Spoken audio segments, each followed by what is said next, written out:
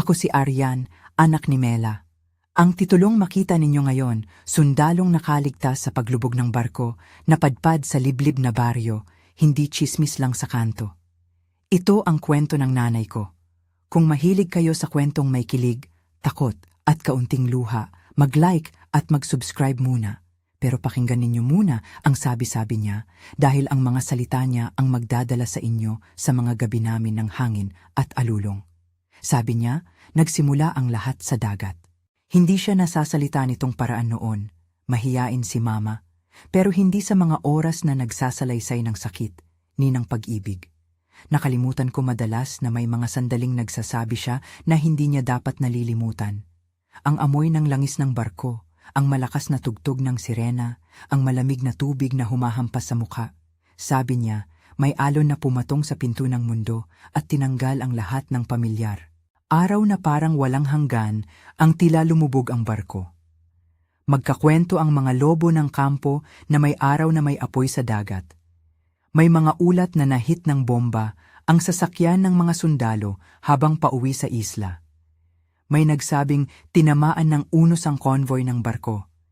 Pero si Sebastian, ang sundalong iyon, ang isa sa hindi na bangungot na mga pangalan na bumabalik sa bibig ng mga tao. Nabuhay siya mula sa malaking dagat, ngunit may daladalang kakaiba sa loob. Una akong nakakita ng sahig na naglalabasan ng buhangin at putik na may halong langis, at ang kamay ng isang lalaki na nakasubsob sa dalampasigan. Parang pelikula ang tanawin, punit-punit ang damit, putik sa mga pilikmata, ang hininga mahina pero may pagnanais tumayo. Nanlabo ang araw at may kakaibang tunog ng sebo at asong naguungal mula sa gubat. Ilang barko na ang lumubog sa taon na iyon, pero iba ang tensyon sa hangin.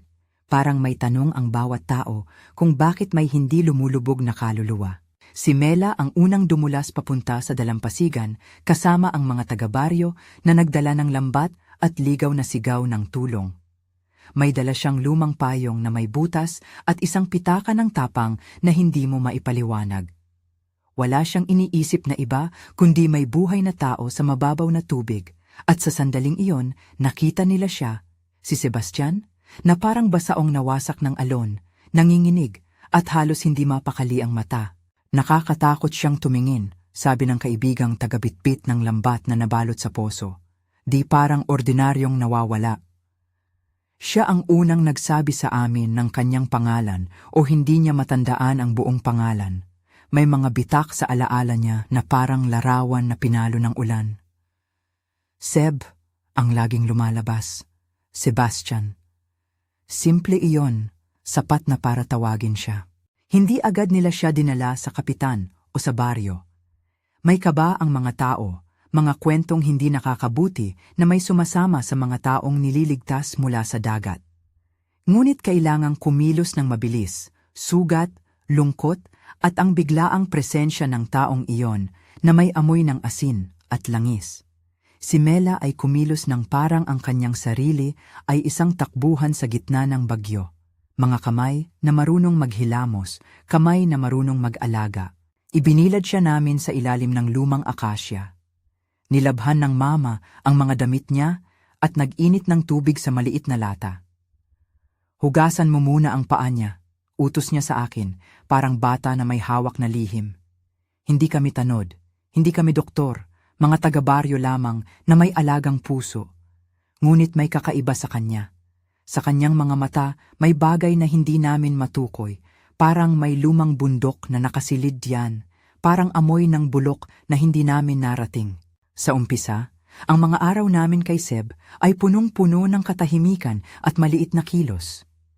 Nagluluto si Mela ng puso ng mais na may gata, nagdadala ng malamig na inumin sa ilalim ng payong, at si Sebastian, kahit ramdam mong baliw sa mundo, ay may mga sandaling parang bata. Tumatawa sa lumang kwento ng Tia Mayet tungkol sa diwata at sa isang kalabaw na masyadong mayabang. Kahit sa kanyang mga pagngingiti, ramdam ang sugat. Mga gabi na nagpapalitan siya ng panaginip at paggising, mga sandaling parang hinahawakan niya ang hangin at may pinapaikli o pinapalawak na mga alaala. Nagkakilala sila ng hindi nagmamadali. Pag-aalaga ang naging daan para masalubong ang pagmamahalan, hindi agad halik o pangako, kundi pag-igpaw ng basang kumot at paghatid ng pangalan ng kabayo. May mga sandaling hinahawakan ni Mela ang mga palad ni Sebastian at sinasabi, "Huwag kang matakot, nandito kami." Ganito nagsimula, wala pa ang mga malalaking salita.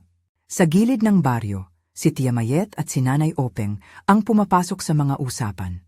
Si Tia Mayet may buhok na puti na hindi nabubura ng bawat siglong dumaan.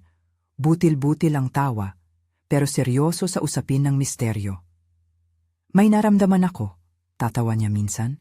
"Hindi ang klasing pang-amoy na halimaw, kundi ang klasing pang-amoy na parang may tumulo sa buwan."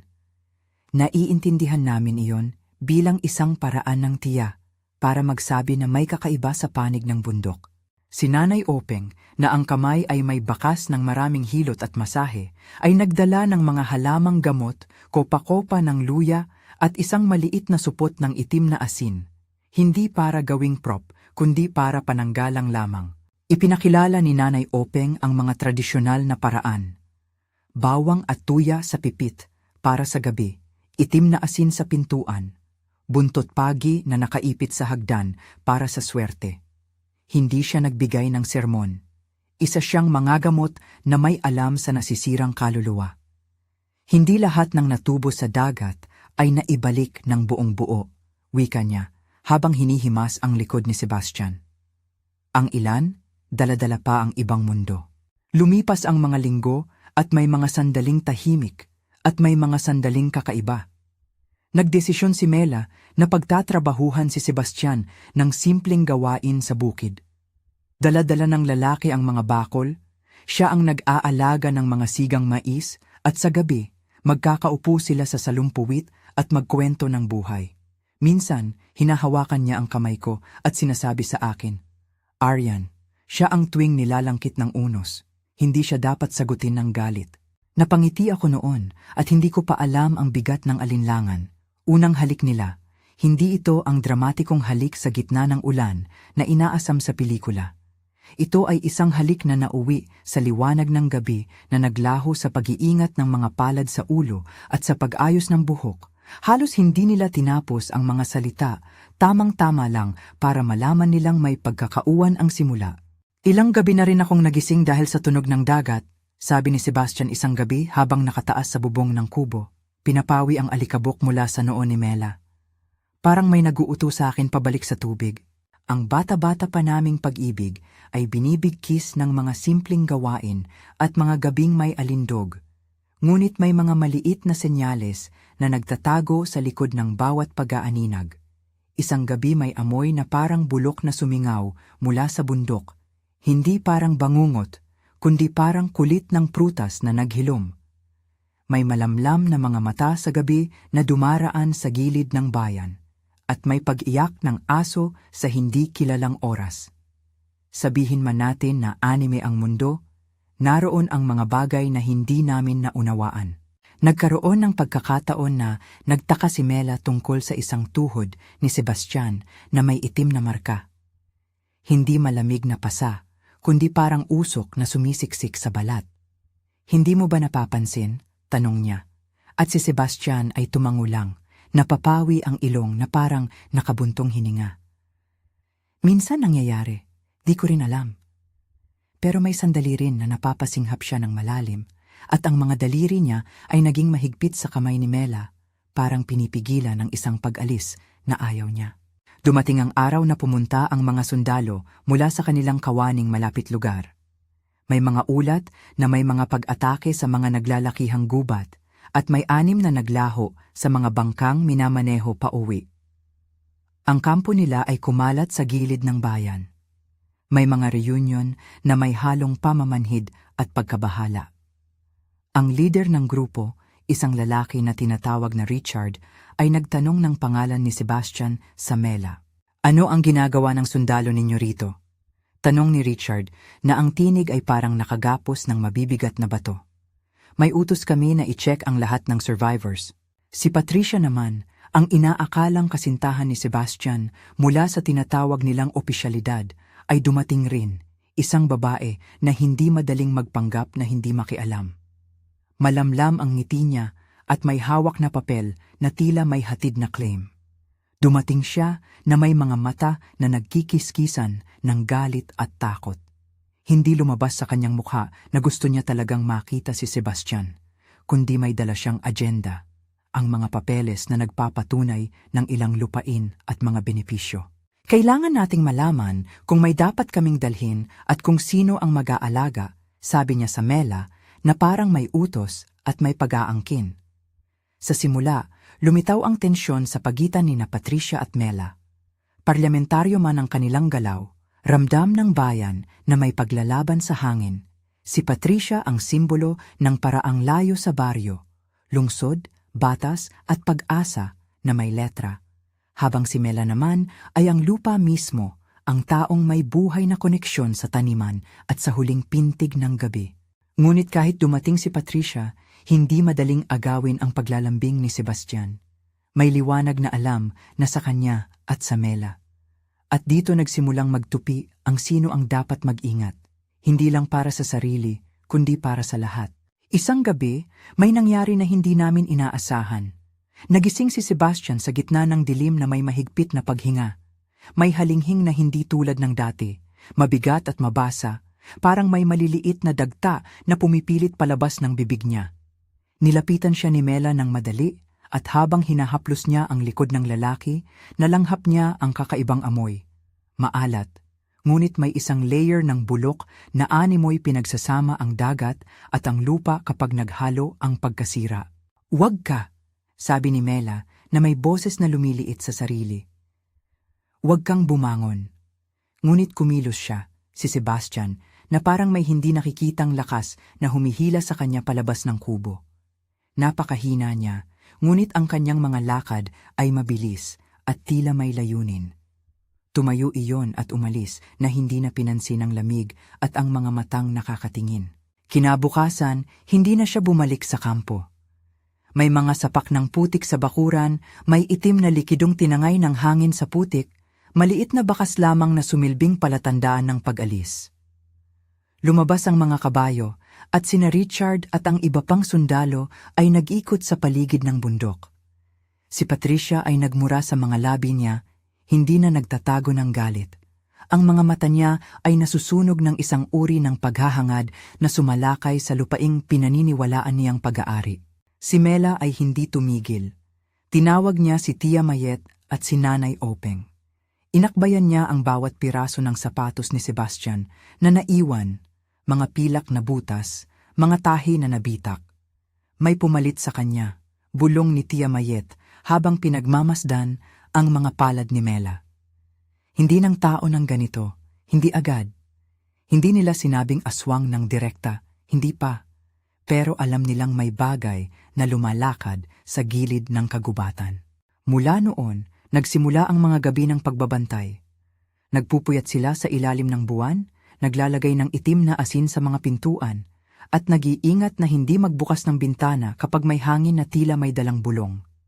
Ni minsan hindi napuno ang bayan ng ganoon kalakas na takot, at ni minsan hindi ganito kadali umusbong ang pag-ibig na parang tanim na kailangang ipagtanggol.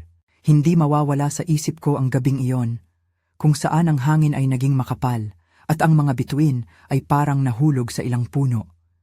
Narinig ko ang hiyaw ng aso mula sa gilid ng kampo at sa malayo ang isang sigaw na hindi namin masukat kung saan nanggaling.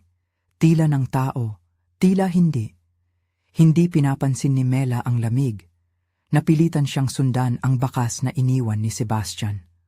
Ako'y kasama niya, bilang anak, ngunit higit sa lahat ay isang tagapakinig ng kanyang takot at pag-asa. Nang makarating kami sa maliit na lugar sa ilalim ng punong kawayan, nakita namin ng isang piraso ng damit na nakabitin sa sanga, tuyo, may bahid ng itim. Hindi ito sapat para gumawa ng hatol, ngunit sapat para magpukaw ng isang bagong katsura. Ang mundo ay nag-iiba, at si Sebastian ay unti-unting nabubuo bilang ibang anyo. "Huwag mong sabihin sa iba," utos ni Mela sa akin na may tinig na nanginginig ngunit matatag. "Kung alam nila, hahabol sila. Kailangan natin siyang hanapin muna at kung may masama man, lalaban kami." Ang mga salita niya ay nagdala ng bagong pag-ibig. Hindi lamang romantiko, isang pag-ibig na nagtatanggol na handang sumugpo sa anino para iligtas ang isang tao na minamahal. Hindi namin alam noon na ang paghahanap na iyon ay hahantong sa mas malalalim na sugat. Hindi lamang sa katawan, kundi sa alaala, sa pagkakakilanlan at sa hangganan ng kung ano ang kaya ng pagmamahal. Ngunit may isang bagay na malinaw. Ang sundalong nakaligtas sa paglubog ng barko ay hindi babalik sa dati.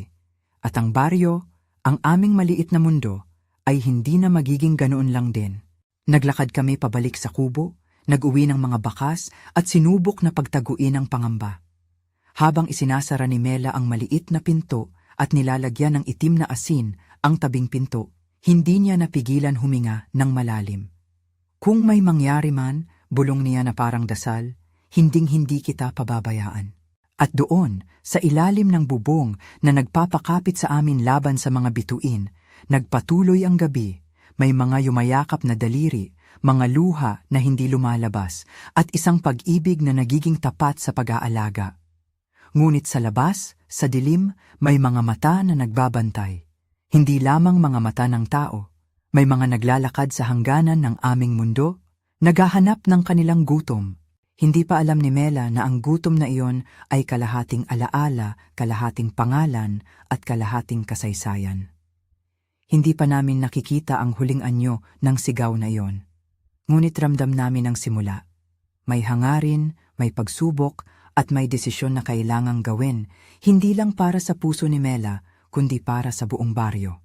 Pagipit na ang buwan sa ilalim ng ulap, at ang alon ay tila humahaplos sa baybayin na may lihim. Sa silong ng kubo, naghilom muna ang mga sugat, mga nakikitang tinik ng katotohanan na kailangang tanggalin, at mga tinik na hindi mo alam kung paano tatanggalin. Si Mela ay natulog ng maikli, ngunit hindi mahimbing. Ang pangalan ni Sebastian ay paulit-ulit na sumasayaw sa kanyang isip. Hindi lang bilang sundalo na isinagip ng dagat, kundi bilang isang tao na may kalabanin sa loob ng sarili. Sa umaga, magsisimula muli ang paghahanda. Mga paglalagay ng itim na asin, madilim na ritual na bihira naming ginagawa, at paghanap ng mga paraan upang hindi labagin ang pagkakaisa ng komunidad. Ngunit sa gitna ng lahat, may isang tanong na lumilitaw. Kung anong bahagi ng tao ang mananatili kapag ang iba ay kumain ng gabi? At sino ang tunay na magtatakda kung sino ang mananatili at sino ang mawawala? Hindi pa namin alam ang buong sagot. Ang alam lamang namin ay ang pag-ibig ni Mela, matatag, matiyaga, at handang magbayad ng anumang halaga upang dalhin ang kaluluwa ng mahal niya pabalik, anuman ang kapal ng kadiliman na susungkit sa kanya. Kinabukasan ay may bagong timbang ang aming mga hakbang. Hindi na kami naglalakad lamang para mag-ani o magpunas ng alikabok sa kubo. Naglalakad kami na may dalang tanong at plano. Si Tia Mayet ang gumuhit ng aming mga susunod na gagawin. Hindi siya militar, hindi rin siya albularyo sa papel, kundi isang babae na nagsasanay ng paningin at mga ritual na sinunod ng mga ninuno. Hindi ito laban na pwedeng pumasok ng walang isip, sabi niya, habang hinahawakan ang mga hulma ng lupa sa kanyang palad. Kailangan ng pakpak ng isip at paa ng determinasyon. Ano ang gagawin namin kung nakita natin siya? Tanong ko, na ang boses ay nanginginig sa gitna ng umaga. Hahabulin niya ang hangin kung mawawala ka, sagot ni Mela sa akin at may malalim na lamig sa kanyang tinig. Pero hindi natin siya huhuliin para ipahilot, huhulihin natin para iligtas. Naglatag kami ng mga bitak ng plano. Magbabantay sa gilid ng kagubatan tuwing gabi, maglalagay ng mga bitag na hindi nakamatay, mga lambat na mahigpit, at may itim na asin sa mga taluktok para pangharang. Ipapako ang buntot pagi sa mga pasukan ng kubo at tatakpan ang mga bintana ng bawang at tuya. Hindi namin inasam na madami ang makakaalam. Iyon ang dahilan kung bakit ipinagbawal ni Mela ang pagbubukas ng bintana kahit sa tanghali. Kung alam nila, hahabol sila. Paulit-ulit niyang sambit at ang mga salitang iyon ay naging gabay. Ilang gabi ang nagdaan. Minsan, may mga anino ng tao na dumaraan sa gilid ng baryo. Mabilis, parang may sinasabi ang mga damo sa pag-alis nila. Minsan naman, may tunog na parang may kumakagat ng kahoy. Pagkatapos ay isang malalim na halakhak na hindi pang makatao. Sa bawat pag-uwi ni Mela, dala-dala niya ang mga pagsilip at ang maliliit na suntok ng pag-asa na hindi ganap. Isang gabi, habang ako'y natutulog sa ilalim ng kubo, nagising ako sa katahimikan na may kasamang pag-uga. May kumatok ng malakas sa pintuan, hindi tulad ng mga bata, hindi rin tulad ng hangin. Bumangon si Mela agad, nagtakip ng sindi sa lampara at lumabas na may takot, ngunit pinipilit magpakitang tapang. Narinig ko ang pag-uusap sa labas, boses na pamilyar at may pagkagalit, si Richard. May kasama siyang 2 lalaki na hindi namin kilala. May mga salitang hindi ko sinasambit ngunit ramdam, mga salitang may halong galit at pagkasabik. Pagsasabihin ninyo ang totoo, narinig ko si Richard. Kung nasa inyo siya, ibigay ninyo ngayon. May porma kami. Kailangan namin siyang dalhin pabalik. Siya ay tao, sagot ni Mela na may tinig na tulad ng semento. Matigas pero may pag-igting. Siya ay sugatan at hindi namin siya isasara sa ilalim ng kulungan. May mga dokumentong gagamitin namin, sabi ni Richard, parang kumakain ng candy ang kanyang mga salita. May pamilya siya na naghihintay. May benepisyo. At saka, huwag ninyong isipin na hindi marami ang maaring mangyari kung kami ang magsasabi. Narinig ko ang pag-usbong ng boses ni Patricia pagkatapos, malamlam at may paglamlam na parang sino man ang sumapi sa kanya ay may parte ng yaman sa isipan. Hindi kami naglalakbay para manakit, sabi niya, ngunit alam naming may lapis ng panibugho sa bawat pantig. Gusto ko lang malaman kung ano-ano ang karapatan sa kanya. Hindi kami magpapadala ng walang papeles. Si Mela ay tumayo ng buong igting. Lumabas siya mula sa kubo na may laki ng kapangyarihan na hindi namin inakalang taglay niya noon. Dahil sa mga buwan ng pag-aalaga, may tinik na paninindigan sa kanyang dibdib na hindi na naaalis. Kung ang balak ninyo ay kunin siya dahil sa papel, sabi niya, dalhin ninyo ang papel sa lamesa at maghintay. Huwag ninyo siyang saktan. Nagtagal ang sigaw at mga pangungusap.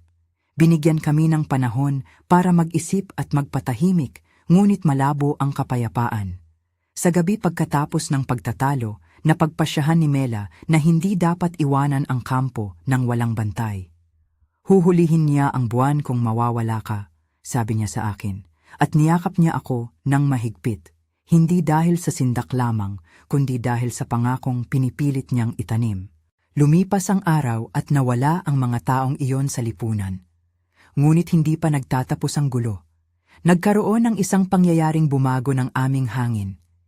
Isang bata ang nawala sa gilid ng sapa. Ang mga yapak niya ay nagdala ng maliliit na bakas ng putik at may ilang pulbos na tila itim na abog sa sahig. Nang makita namin ang lumang mangkok na naiwan sa tabi, may bahid ng maliliit na ngipin sa gilid. Hindi sapat para magpatunay, ngunit sapat para magparamdam ng takot. Ang mga matatanda ay nag-assemble ng brigade at naghulog ng mga parol sa bawat pasukan ng baryo. Dumating ang gabi na iyon na parang mayroong humihila sa mga kandado ng buwan. Si Mela ay hindi tumigil sa pagtitipon ng mga paraan. Si Tia Mayet ay nagdala ng maliit na sikwate na may pulbos, at sa isang maliit na seremonya, binuhos nila ang itim na asin sa 4 na sulok ng aming bakuran. Hindi ito panlunas, paliwanag ni Nanay Openg habang pinapahid ang mga poso ni Mela. Ito ay tanda lamang ng paggalang at panlaban. Hindi mo pwedeng anihin ang lupa kung di mo nalalaman kung ano ang itinanim ng iba. At saka nangyari ang hindi inaasahan. Isang gabi, habang kami nagbabantay sa tabing ilog, may tinik na nagtulak ng takot sa hangin. Isang ulat na may nakitang taong gumagapang sa ilalim ng buwan. Mabilis kaming nagpunta sa lugar, dala ang mga lampara at ang mga lambat. Sa gilid ng damuhan, may mga bakas ng paa na nag-uugnay sa putikan. Si Mela ay huminga ng malalim at ibinaba ang kanyang kamay sa lupa. Ramdam niya ang kakaibang pulso. Siya, wika niya ng halos bulong, at ako'y tumingin sa kanya na parang hindi makapaniwala. Baka siya nga. Dumating kami sa bakanting lugar at nakita ko ang anino na nagkikislapan sa liwanag ng kandila. Isang babae ang nasa lupa. Hindi malakas ang galaw at may sinulid na lumang tela sa dibdib.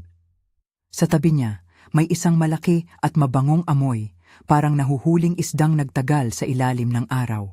Hindi na kami umabot ng malayo. May isang tinig sa dilim na nag-aliw ng malalim na halakhak. Isa sa gabunan ang nagmamasid sa gilid. Ang malamlam niya ay parang basaing uling sa tanikala. Nagkaroon ng pandemonyo. Hindi ko ilalarawan ng detalyado ang mga nangyari. Hindi dahil ayaw kong ipakita ang tunay na panganib, kundi dahil ayaw kong bumuo ng masyadong malinaw na larawan ng karahasan. Ang alam ko lang, si Mela ay tumalon, sinunod ng aming mga lalaki, at ang gabi ay naging sabitan ng mga boses at mga sapak ng sapin. Nagikid ang mga ilaw, at sa sandaling iyon ay nakita ko ang isang anino na dumapa at tumayo, si Sebastian. Ngunit hindi siya yung Sebastian na kilala namin. Ang kanyang mga mata ay nagliliyab sa isang mapulang ningning. May kakaibang liwanag sa ilalim na hindi namin matinag. Ang kanyang balahibo, hindi literal na balahibo, ngunit parang may anino na umuusbong sa kanyang buhok. Siya ay kumilos ng mabilis at maliksi, ngunit may konting pagkulukot sa kanyang mga paggalaw. Sa sandaling iyon, lumabo ang mundo ko. Ang pagsisikhay na siya ang minahal ni Mela at ang pangamba na baka siya rin ang nagiging sisidlan ng kaguluhan. Nakakabahala, ako'y nagsabi kay Tiamayet na nasa tabi ko at hinawakan niya ang aking balikat ng mahigpit. Ang aswang, ang sagot niya. Hindi agad na lumilitaw ang tunay niyang anyo. Kadalasan, may bahagi ng alaala na mananatili, kaya mas mahirap ang laban. Ang puso ng tao at ang butas na hinahanap ng kadiliman ay laging magkaiba. Sa gitna ng kaguluhan, may isang pangyayari na nagpatibay sa loob ni Mela. Hindi niya hinayaan na mabagsak ang kanyang paniniwala. Lumuhod siya sa lupa at tinawag siyang Sebastian, hindi bilang isang utos, kundi bilang pang-alaala. Seb, bulong niya, at biglang may kakaibang tili na sumalubong sa hangin. Para bang ang salita niya ang isang buton na nagbukas ng pinto. Ang Sebastian na kami nakakita, ang halo ng aswang at tao, ay umupo, huminga ng malalim at tumingin kay Mela. May ilang segundo na halos lamang kami ang nakakita ng tunay na pighati sa mukha niya. Nagkawala ang ibang mga anino sa paligid at nagkaroon ng katahimikan. Hindi dahil huminto ang mundo, kundi dahil tumigil ang isang kaluluwa upang pakinggan ang tinig ng pag-ibig. Ngunit hindi iyon katapusan. May dumating na mas malubhang pag-ikot. Ang mga gabunan ay hindi maghihintay na mailigtas lamang si Sebastian. Gabi iyon ng pag-ungos, at may sumabog na panibagong sigaw. Isang miyembro ng aming maliit na hukbo ay nadapa, at ang malalim na kagat ng gabi ay parang may nais pang pilitin at isumite. Sa kaliwa ni Mela, may lalaki na nagsitadlong may sugat sa braso, hindi malala, ngunit sapat upang takutin kami sa posibilidad na marami ang maaaring masaktan. Inabot ng ilang sandali bago namin napagtanto na may isang pangyayari na kailangang gawin.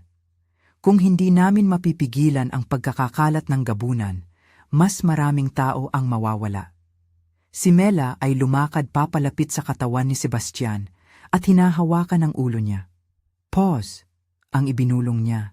Isang simpleng salita, ngunit para sa kanya ay isang ritual na tinuro ng Nanay Openg. Hinugot niya mula sa kanyang dibdib ang maliit na supot ng itim na asin at pinahid ng dahan-dahan sa noo ni Sebastian. Parang may liwanag na dumaloy mula sa kanyang mga palad. Hindi magical sa literal na paraan, kundi isang pagsasanay na napagdaanan nila sa mga nakaraang linggo. Ang paglalapit ng ordinaryong bagay na may ibig umanong pigilin ang gutom. Para sa sandaling iyon, tumigil si Sebastian. Ang kanyang katawan ay parang isang barkong pinigil, nag-aatubili na humakbang pabalik mula sa gilid. Nakita ko sa kanyang mata ang dalawang bagay ng sabay. Ang pagkawala ng alaala at ang pagbalik ng isang piraso ng pagkatao. Hindi ito perpektong pagbalik, ngunit sapat upang maging tanda na may labanan sa loob ng kaniya. Patience, ang bulong ni Mela sa kanya, habang ako'y nakatingin na parang hindi mapaniwala. hindi ka nag-iisa. Mula sa gabundok ang mga galit na boses ay nagpabalik. May mga pakpak na dumiri na parang hangin, may mga kalmot na pumapatay ng ilaw, ngunit ang pag-ibig ay nagbigay ng liwanag sa gitna ng unos. Sa isang iglap, si Sebastian ay lumuhod at parang lumuhog sa hangin. Hindi sa dugo, kundi sa paghahanda ng katawan na ipakita ang pinagsasamang kahinaan at tapang. Ang mga gabunan ay parang nasindak ng makita ang sarili nilang kasamahan na tila hindi ganap na sumusunod. Nagkaroon ng kalituhan at nag-alis ang ilan, pabilis ang kanilang pag-uwi sa dilim. Di naglaon, umupo kami sa lupa at hiningahan ang gabi. Hindi kami nagdiwang, naging mapagmataas lamang ang aming paghinga at mapaghilom ang puso. May bagyong dumaan at may ilang sirang bubong na dapat ayusin, ngunit sa loob ng aming maliit na mundo, may isang bagay na nagbago. Nagising ang desisyon ni Sebastian na umiiral muli.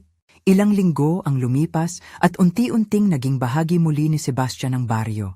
Hindi bilang bayani na walang kapintasan, kundi bilang lalaking may mga sugat at isang pagkukulang sa alaala.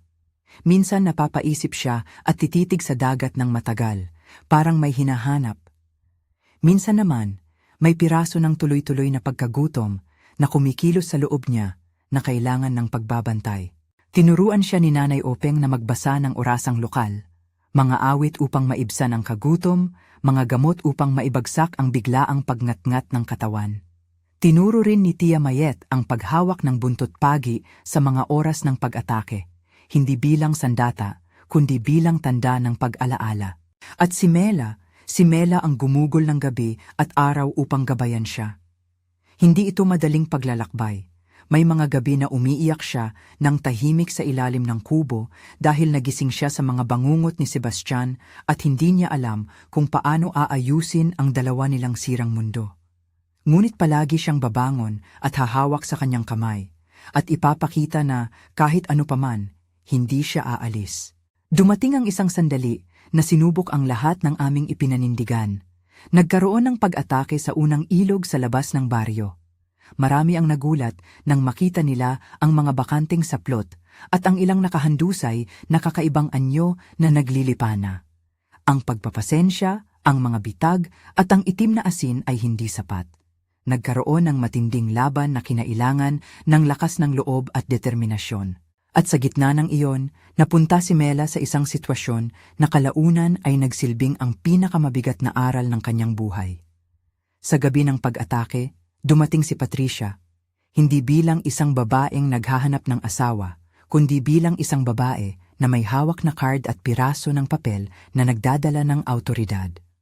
Kunin natin siya ng maayos, utos niya sa mga sundalong kasama niya na parang isang opisyales nais lang magbigay ng kautusan.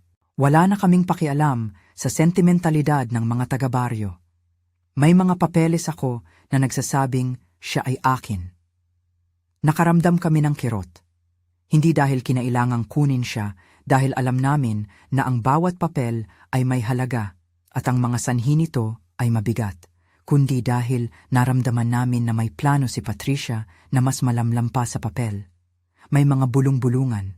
Mayroon daw siyang taong dumudulog sa mga mataas na opisyal. May mga kapalit na handang magbayad. Ang kanyang mga mata ay may tigas na parang sinulid. Si Sebastian ay hindi pag-aari mo, sabi ni Mela ng malakas. Hindi na lamang panalangin kundi labanan. Siya ay tao, hindi siya sandata. Nagkaroon ng pagtatalo at pagkakabahabahagi. May ilang sundalo na nagnanais makiayon kay Patricia dahil may ibibigay na benepisyo.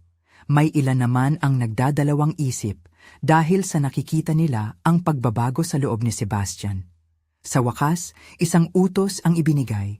Dalhin si Sebastian sa kampo para sa opisyal na pag-aasikaso. Dumating ang umaga na marami ang nagdadalamhati.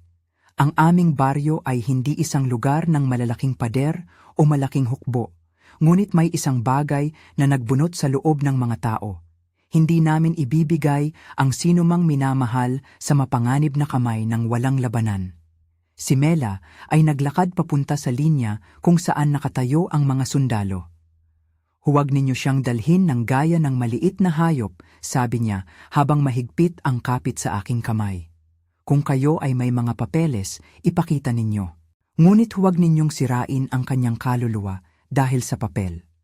Sa kaliwanagan ng langit, nagkaroon ng pagbagsak. May isang pagkakataon na parang sinadya ng tadhana. May nagkagulo sa harap ng kampo at biglang may mga sigaw na nagbukas. Sa gulo, may isang sundalo ang nagbukas ng apoy. Hindi ito malaki, ngunit sapat upang makabuo ng takot. Sa gitna ng kaguluhan, si Patricia ay may tanong. Bakit parang may iba pang intensyon ang kampo? May mga bulong na nagsasabing siya ay nag-aalok ng kalakal. Ang mga dokumento raw ay peke o minimanipula lamang para sa kanyang kapakinabangan. Nagkaroon ng pag-alis ng may panibagong galit, ngunit ang mas malalang bahagi ay hindi iyon. Sa kalagitnaan ng gulo, may naganap na mas mabigat. Sinugod ng mga tauhan ni Patricia ang aming kubo at dinala ng marahas si Sebastian. Hindi siya nakikiusap, siya ay parang isang bagay na inuuwi. Si Mela ay niyakap ang mesa at umiyak ng tahimik habang inaabot ko ang kanyang siko. Hindi sapat ang hila para baguhin ang nangyari. Inaalagaan namin siya, sabi ni Nanay Openg sa mga sundalo, ngunit ang mga salita ay parang palaso sa hangin. Hindi natin siya ibibigay sa walang katiyakan. Ang mga sundalo ay nagpasya, pinag-utos ng ilang opisyal na dapat dinala si Sebastian sa pinakamalapit na hospital para masuri. Sinundan namin sila sa isang bilis na may halong pag-asa at pagkabalisa. Hindi kami nag-ayos ng bit-bit. Bit-bit namin ang mga palad at maliliit na sukli ng pag-asa. Ngunit habang kami naglalakad pa uwi, may napansin kami, ang bakas ng luha sa mukha ni Patricia at ang tila pag-aalangan sa kanyang paglakad. Pagdating sa kampo, hindi inilagay si Sebastian sa maluwang na silid ng sugatan. Inilagay siya sa maliliit na kwarto na may sira-sirang pinto. May ilan na nagsabing ito ay para sa security reasons. Ngunit ang kalaliman ng gabi ay nagdala ng isang bagong panganib. May isang grupo sa loob ng kampo na hindi dahil sa pag-aalaga ang pumunta, kundi upang i-explore ang posibilidad na gamitin si Sebastian bilang sandata o bilang propaganda. May ilan na nagmungkahi na ilagay siya sa likod ng isang malaking operasyon sa bundok laban sa mga rebelde. Isang plano na para bang ang kanyang kaguluhan ay magiging panakip sa mga ulap. Si Mela ay hindi pumayag.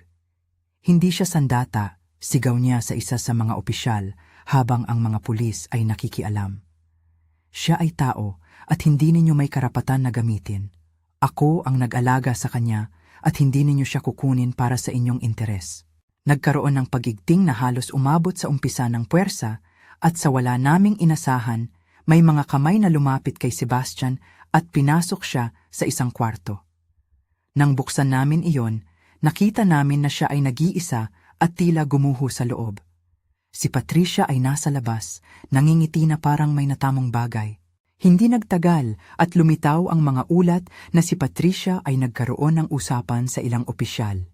May mga sinasabing pera at lupain na nakapaloob sa kanyang plano. Sa oras na iyon ay nawala ang tiwala ng marami sa kanya, ngunit hindi iyon ang nagtapos. Ang mas masakit ay ang nangyari sa loob ng kwarto ni Sebastian. Isang lihim ang lumabas. Hindi lahat ng sundalo ay marahas, ngunit may ilan na nagpakita ng takot. May mga nagpasya ring saktan si Sebastian upang subukin ang sinasabing gabi na sumisipol. Hindi ako magpapakapit sa mga salitang maglalarawan ng pinsalang ginawa, ngunit may mga sugat na hindi agad nakikita, mga sugat sa kaluluwa. Nang makalabas sila, si Mela ay tumakbo at niyakap si Sebastian. Ang kanyang mga mata ay puno ng pag-iyak at galit na hindi maihahambing. Sino ang may ginawa? Sigaw niya sa hangin na parang hinahanap ang isang demonyo. Ang mga araw na sumunod ay puno ng mga pagbaybay at mga paghiya. Si Sebastian ay nagbago, hindi dahil sa mas mataas na pag-ibig, kundi dahil sa pinagdaanan. May mga sandaling nagwawala siya sa gabi at may mga sandaling siya'y napapikit at tumatangis ng tahimik. Pinili ni Mela na manahimik sa kaniyang pag-alaga. Hindi na siya pumipilit ng mga salita kay Patricia o sa kampo sapagkat alam niyang ang labanan ay hindi maaaring mapanalo ng mga usapan lamang. Kailangan ito ng gawa. At saka isang gabi, nang hindi inaasahan, may dumating na mas malalim pang panganib. Isang grupo ng gabunan ang lumandi sa baryo, hindi lamang para maghanap, kundi para magdakip ng sinumang may kakayahang magbalik loob. Sa gitna ng dilim, niyakap ni Mela ang isang desisyon. Hindi na niya papayagan na lamunin ng iba ang taong minamahal niya. Pinili niyang ipasok ang sarili sa panganib. Sa isang madilim na gabi, pinuntahan ni Patricia ang isang lugar sa gilid ng kampo.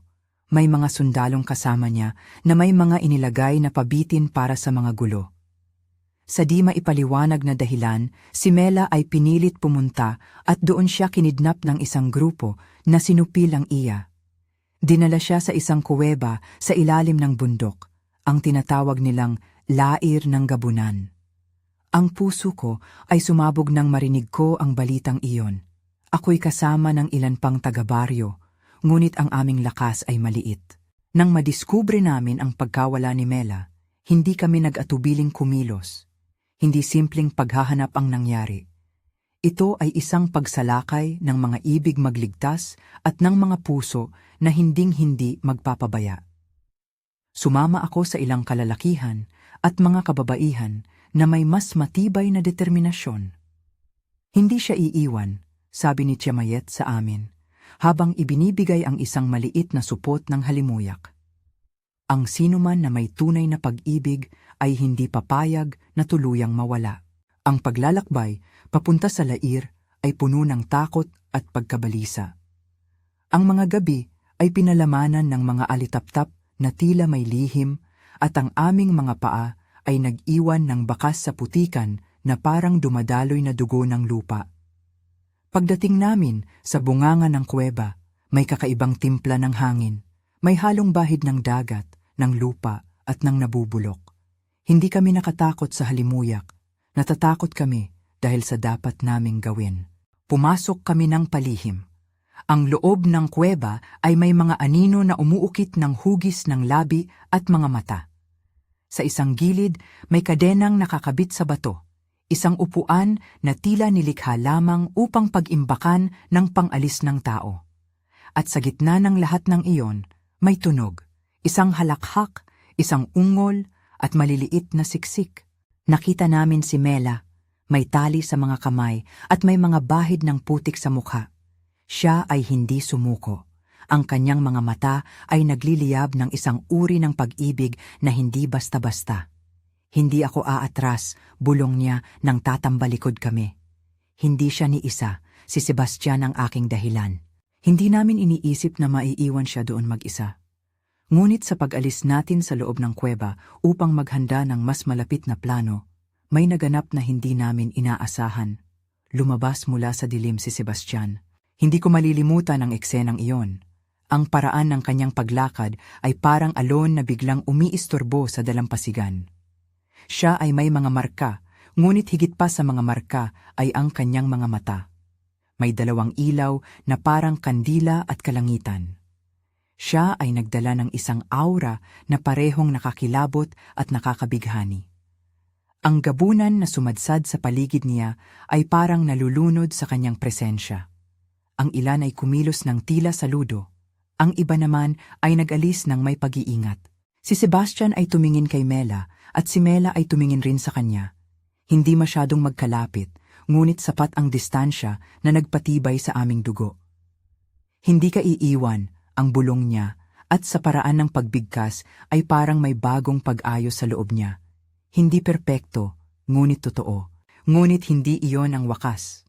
May isang napakalaking labanan na sumunod. Ang gabunan ay naglunsad ng malakas na pag-aatake sa labas ng kuweba. May mga kalmot at mga bali ng kawayan. Ang aming maliit na grupo ay nakipaglaban sa abot ng aming makakaya. Marami sa amin ang sinaktan, may ilang naputol ang damit. Ngunit sa gitna ng kaguluhan, may isang sandali na nakita namin ang isang bagay na hindi inaasahan. Si Sebastian ay kumilos na parang pinuno. hindi lamang bilang isang mandirigma, kundi bilang isang nagmamay-ari ng desisyon. Sa isang iglap, umunat siya at humakbang papalayo sa kanyang mga kasama ng gabunan.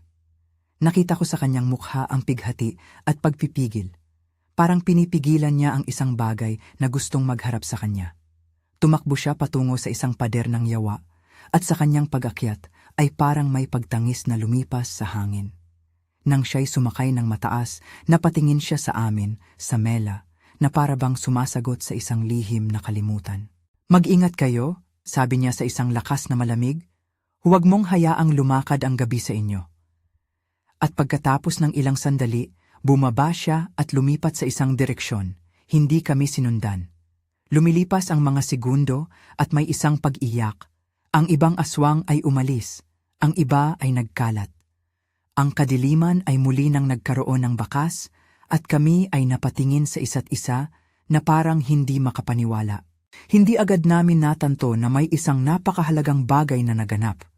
Si Sebastian ay nagbigay ng kanyang sarili para protektahan kami. Hindi niya tinanggap ang pagiging ganap na aswang ng bulag. Pinili niyang maghintay, magpagalaw at magpakita ng pagkatao. Sa mga sandaling iyon, ang aming baryo ay hindi ganap na napawi ng panganib. Marami ang nasaktan, ngunit nagsimula ang isang pag-asa. Matapos ang labanan, hindi agad bumalik ang katahimikan. May mga gabi ng pag-iyak at pag-aalaga, ngunit si Sebastian ay hindi nawala.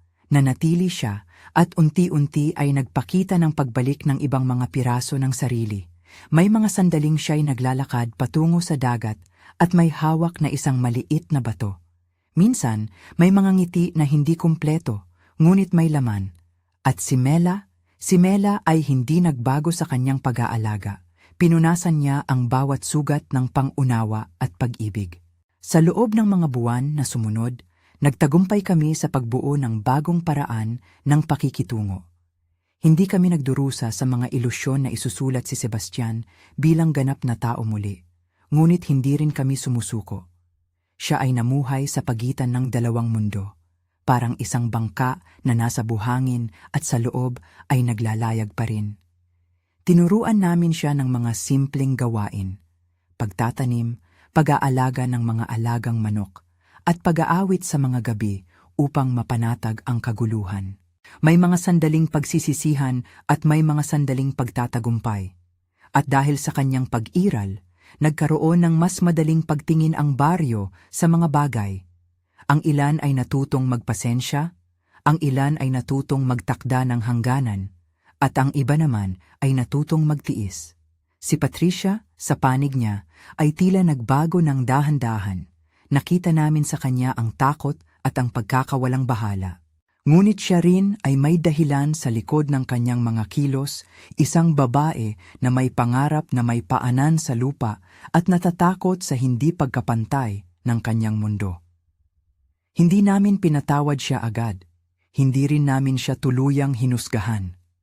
Sa huli, nagpasiya siyang lumayo, nag-iwan siya ng ilang pangungusap lamang sa hangin, at ang kanyang pag-alis ay naging simbolo ng isang bagong daan. Dumaan ang mga taon. Si Sebastian ay lumaki sa ilalim ng patnubay ni Mela at ng aming komunidad. Hindi kami nagpakalbo sa kanya ng etiketa. Sa halip, tinuro namin sa kanya ang kahalagahan ng pagpili.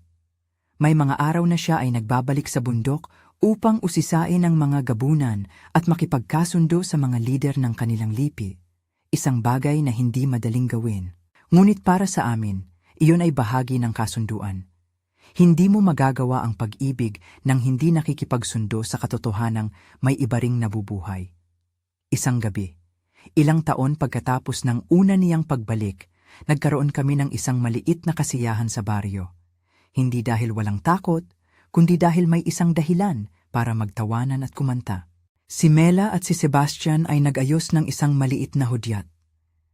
Hindi ito isang malaking kasal na sinalubong ng mga darak, kundi isang tahimik at personal na pangako. May ilang saging, isang maliit na mesa at isang singsing na gawa lamang sa katigang na tipon mula sa dagat. Hindi ito mamahaling alahas, ngunit puno ng mga alaalang na buo sa lupa at tubig. Sa harap ng aming mga sinaunang puno, mano-manong sinabi ni Sebastian ang isang pangako. Hindi kita iiwan, Mela. Kahit gaano pa man kalayo ang dagat o kadilim ang gabi, pipiliin kitang mahalin. Hindi ito isang pangakong walang kondisyon. Nakikita mo ang pag-aatubili sa kanyang mga mata, ang kanyang pangungulila at pagkukulang na natunaw ng pagmamahal. Ngunit sa loob ng kanyang paghahayag, nakita namin ang isang pag-asa, isang bagay na hindi lubos na nasusukat ng salita. Nagkaroon kami ng maliit na kasiyahan. Ang ambient ng baryo ay umuwi sa kanyang nakagawiang tunog, mga huni ng kuliglig, mga palo ng palay, at ang mga haka-haka ng mga bata. Ilang taon matapos iyon, ipinanganak ako, ang anak ni Mela at Sebastian. Naglaki ako na may mga kwentong hindi lang tungkol sa giyera at dagat, kundi tungkol sa pagpili, pag-asa, at mga bagay na tinatawag nilang pag-ibig na tumatagal. Hindi laging madali. May mga panahon na ang kaguluhan ng gabi ay bumalik at may mga araw na ang trangkaso ng pag-alala ay muling sumiklab. Ngunit higit sa lahat, may mga sandaling kami nagkakatipon at nag-uusap sa ilaw ng lampara. Tinuro sa akin ni Papa kung paano magtanim ng palay. Tinuro naman ako ni Mama kung paano magluto ng puso ng mais na may gata. Mga simpleng gawaing naging banal sa paraan nilang dalhin ang mundo. Tinuruan din nila ako kung paano magbantay. Paano maglagay ng itim na asin sa pintuan kapag may ipinaparamdam na kakaiba. Paano hawakan ang buntot pagi nang hindi ito mawawala ang bisa? Paano makinig sa mga kwento ni Tia Mayet nang parang alamat na may leksyon? Lumipas ang panahon at natuto akong magbasa sa mukha ng mga tao kung kailan sila natatakot at kailan sila nagsisimulang magsaya. Sa tuwing may bagong bisita sa baryo, naririnig ko ang kanilang haka-haka tungkol sa isang sundalong nakaligtas sa paglubog ng barko. Isang tao na noon ay nabuwal, ngunit bumangon at tinanggap ang bagong mundong kanyang hinarap. Ang aking ama, na noon ay tinatawag na sundalo dahil siya'y nasa puwersa, ay nagkaroon ng ibang katawagan. Pinili niyang maging tagapangalaga, tagapagturo, at tagapagsundo. Ngunit hindi rin mawawala ang mga alaala ng takot. May pagkakataon na ako'y natutulog at nagising sa mga pag-iyak ni Mama dahil sa bangungot. May oras na sinasaksihan ko ang kanyang mabilis na paghinga at hindi ko alam kung paano siya lulunasan. Minsan, siya'y magpapakita ng matinding galit dahil sa mga sugat na hindi niya maipaliwanag.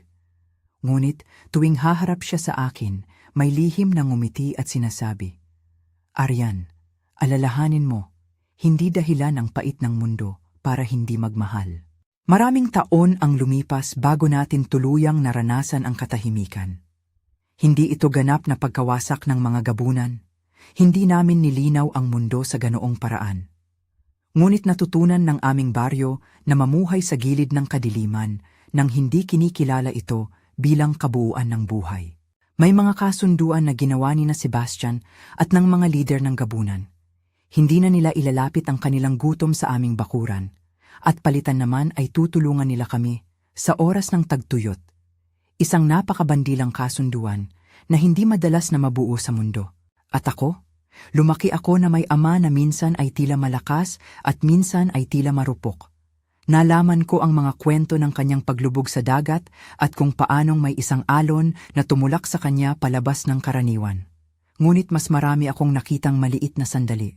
Ang sabaw ng nilagang baboy na tinimplahan niya ng dahan-dahan, ang paghawak niya sa aming maliit na kamay tuwing may unos, at ang mga kanta na kanyang inawit sa gabi upang ako'y makatulog.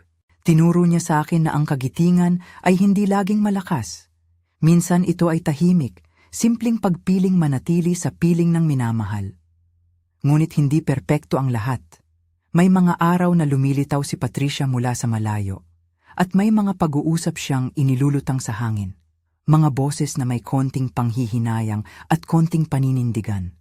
Minsan, siya ay nagbabalik upang humingi ng paumanhin. Minsan naman, nag-iiwan na lang ng liham. Hindi namin siya sinisisi ng lubos dahil alam naming ang bawat isa ay may dalang paru-paro ng kanilang sariling gabi. Ang mahalaga ay kami ay nanatiling humuhubog ng aming sariling landas. At sa pagtanda ni na Mama at Papa, Nagkaroon kami ng mga anak na nagpaalab sa aming malaking tahanan. Lahat kami ay nakatira na may lambing at hagulgol. Umaga, tag-umaga, may mga kwento tungkol sa dagat, gabi-gabi, may awit tungkol sa pag-ibig. At ako ang nagkwento sa inyo ngayon bilang kanilang anak, ay lumaki na may malalim na pag-alaala sa lahat ng nangyari. Ngayon, kapag ako'y tumitingin sa mukha ni Mama, nakikita ko ang mga marka ng kanyang pag-aalaga. Mga kulubot sa tabi ng kanyang mga mata, mga bakas ng madaming gabi na hindi niya natulog, at isang mapagkumbabang lakas sa kanyang mga palad. Si Papa naman, si Sebastian, ay naglalakad pa rin minsan sa tabing dagat, hawak ang maliit na batong napulot niya noong una siyang nakaligtas.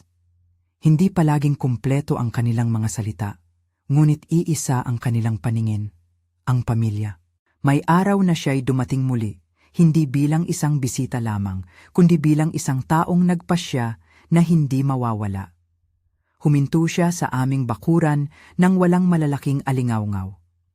Umupo siya sa sahig na pinagpapahingahan ng araw at tumingin sa akin na parang naaalala ang isang bagay na matagal nang nakalimutan.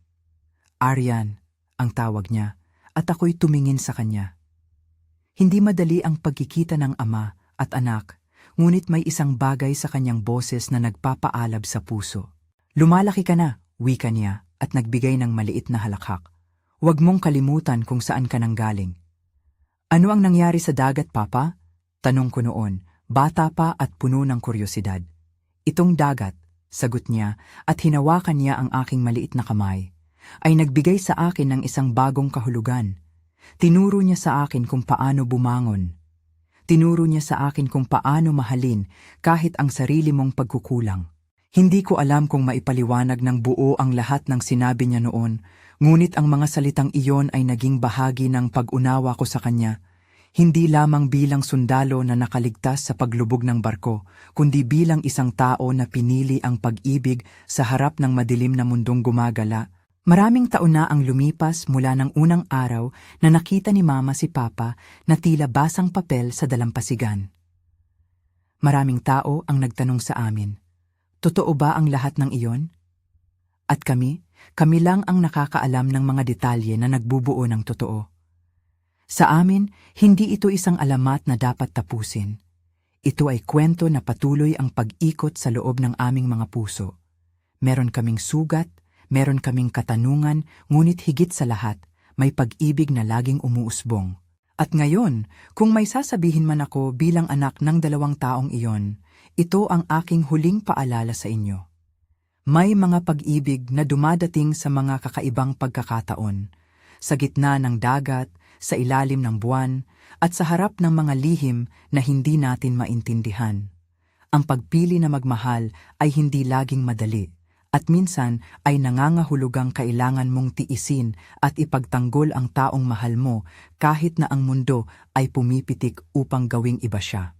Ngunit kung pipiliin mo ang pagmamahal na ito, nang may pag-unawa at hangganan, may pagkakataong mabuo muli ang pagkatao, hindi para burahin ang sugat, kundi para mabigyan ito ng panibagong laman. Kung naantig kayo ng kwento ni Mela at ni Sebastian, kung napanood ninyo ang kanilang takot, ang kanilang pag-ibig at ang kanilang sakripisyo, iwanan ninyo ang inyong reaksyon sa comment. Sabihin ninyo kung aling eksena ang tumimo sa puso ninyo. At kung gusto ninyong makinig ng iba pang ganitong kwento tuwing umaga, mag-subscribe kayo sa channel. Malambing lang ang pangalan nito, pero ang mga kwento ay totoo sa loob ng puso ng mga tao. Maraming salamat sa pakikinig. Hanggang sa muli, mag-ingat kayo sa gabi. May mga bagay na hindi natin nakikita, ngunit may pag-ibig na laging handang magbanig sa atin.